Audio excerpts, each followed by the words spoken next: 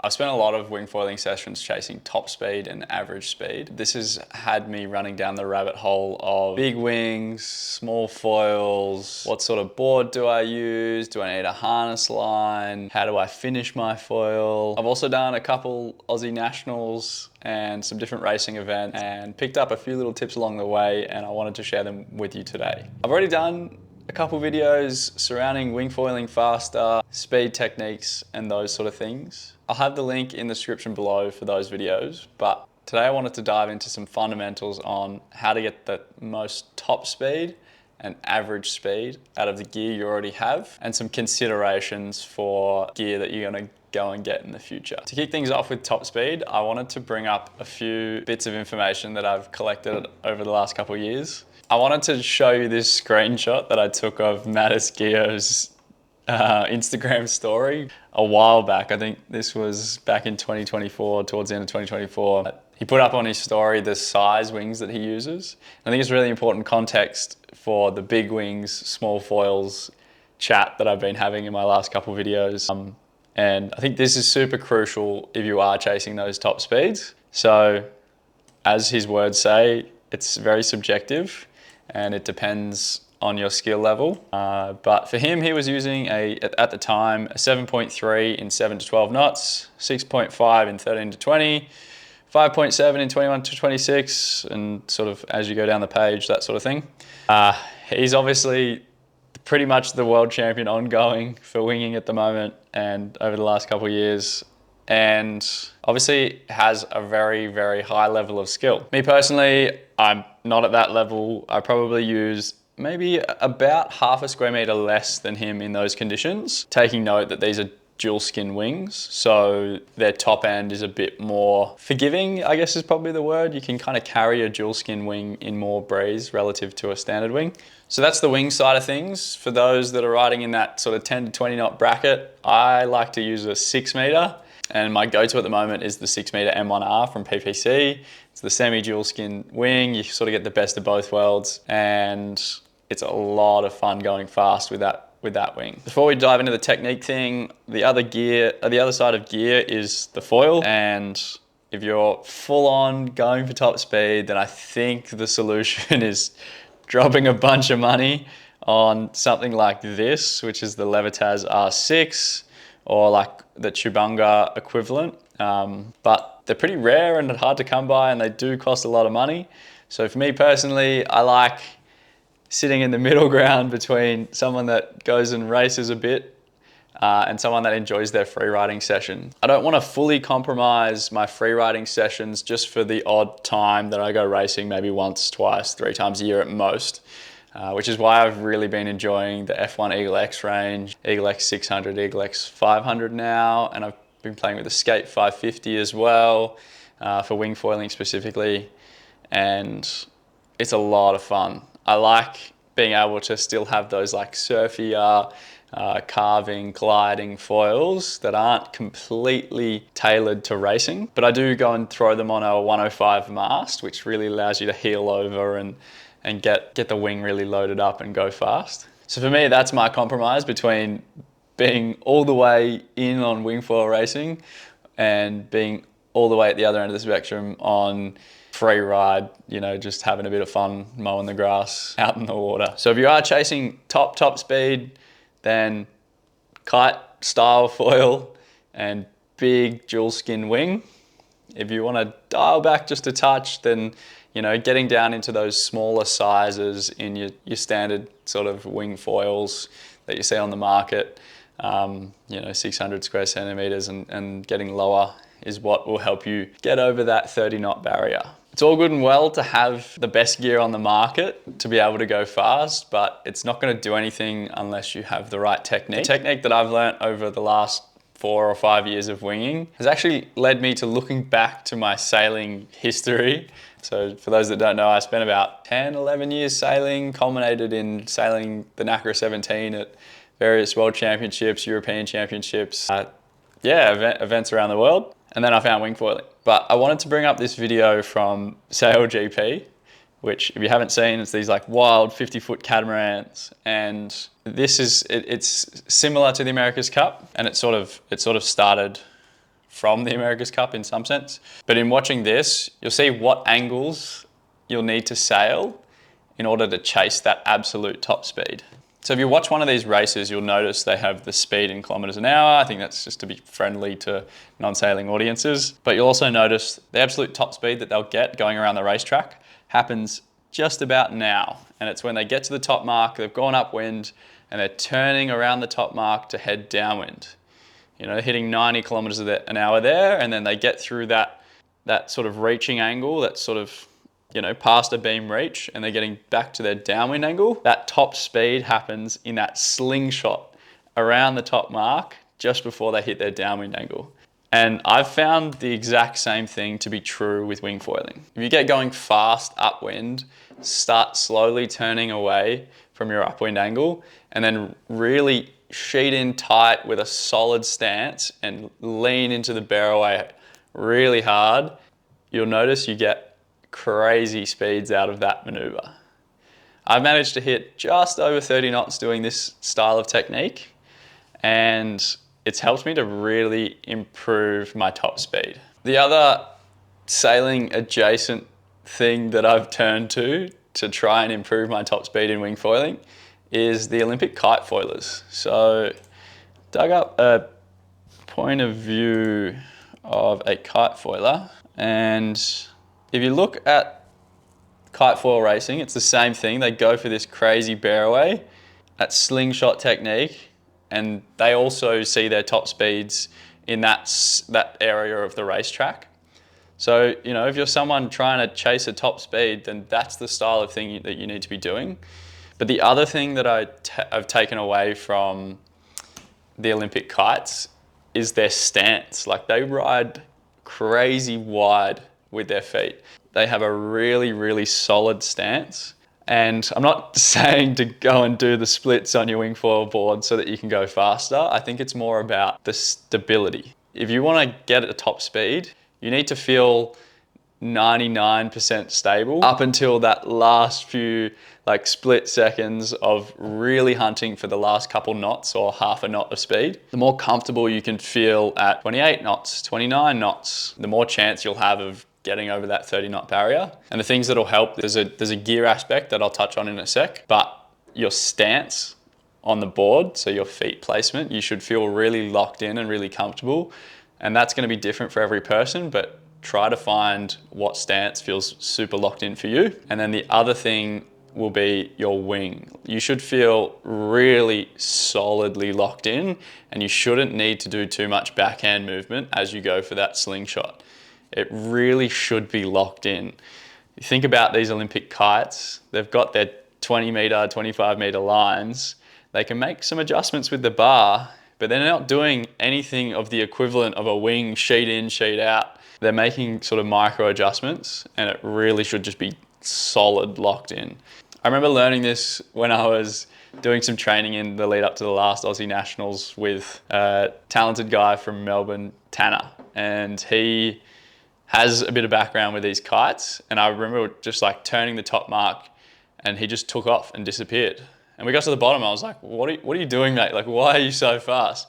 And he said, he saw me going downwind, and he's like, why are you moving your wing so much? And I just said, well, you know, like, I'm reacting to the gusts. I'm trying to, you know, stay stable and, you know, make the most of each gust. So that's not how that works. Log in, and when the wind hits you, you'll just go faster. You don't need to do that much adjusting. Just absorb the gust and go. And then the next downwind, I watched him. It was a massive epiphany. Like it all started to make sense. I could see the gust moving across to him. It would hit him. Nothing would change about his stance, his arms holding the wing. He just went forward and disappeared further in front of me. And I slowly learnt this technique and was able to get faster and faster on the downwind from learning that sort of locked in stance. And then the other side of this locked in feeling is gear. So yes, you can get the smallest foil possible and the tiniest tail wing and all this sort of stuff. But if your foil's too pitch sensitive and you can't push because you can't actively control the pitch, or if your foil is too unstable in the roll axis, or any of these things, if you're not stable, you can't go fast. It's not always necessarily about the smallest of everything, the shortest fuselage, things like that.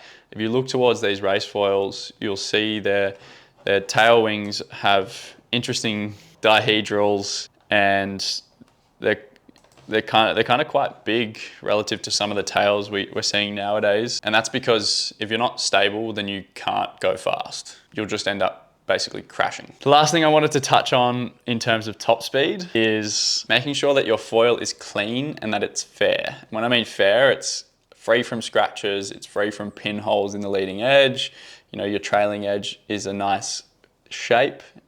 And I've learnt this a little bit from experience with NACRA 17 foils and things like that, of, making sure they're a clean surface. I remember guys before races would be cleaning their foils with acetone, or I've seen people use Windex, and making sure that all the scratches are filled and sanded back. And then another area that I've learnt a bit from is these like Levitas foils. They have a few sanding tutorials that kind of cover how you can finish your trailing edge so that you don't have whistling sounds, and so that the flow exits the foil section in a nice manner. There's a lot of knowledge out on YouTube if you just go and look for it, and I highly recommend these 2 episodes here from a few years ago, 5 years ago apparently.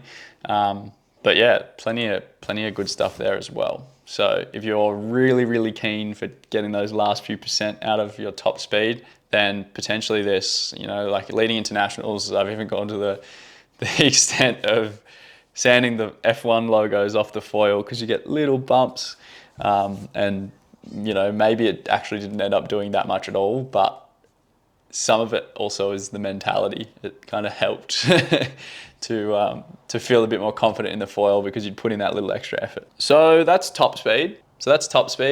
Let's dig into average speed. Chasing a better average speed is another one of those things that you can just throw money at and buy faster gear and your average speed will rise. But if you truly want to track if you're getting better as a wing foiler in your sessions, average speed's a great measure if you don't change your gear and you just track your average speed over time, because it's going to show you things like falling less, so your average speed gets higher because you're spending less time doing no speed at all. It will show improvements through tacking faster, driving faster, so you're spending less time losing speed in those maneuvers, and it will show you that you're getting more confident with the gear that you already have. And that leads into the first thing about average speed, and it's really time on the foil. As I touched on in the top speed section of this video, stability is king. So if you're able to feel stable on your foil, you're going to go faster, and you're going to go faster for longer. That's average speed, going fast over a period of time. I've kind of taken this to the extreme, challenging myself to do a long distance races. I foiled from St Kilda, or foiled from Elwood to Frankston and back, which is about 70 Ks. So, spending 3.5 hours, an hour and a half going one way, an hour and a half coming back. That really raised the confidence and the autonomy on foil. I think that's a really important thing. If you can feel automatic on your foil, you can go faster for longer. Also things like the water speed challenges that pop up every now and then. I think, we had was it 40 Ks? Might have been the 40 kilometer challenge or 30 kilometer challenge, trying to remember. But yeah, challenging yourself to push those distances and just seeing specifically how fast you can go or how far you can go in that amount of time can be a really good thing to improve your foiling skills and your foiling speed. Other really important thing I think for foiling fast over a long period of time is using a harness. And I'll link in the description below my harness video, which will cover how to get started on a harness and how you should progress through different styles of setups for harnesses.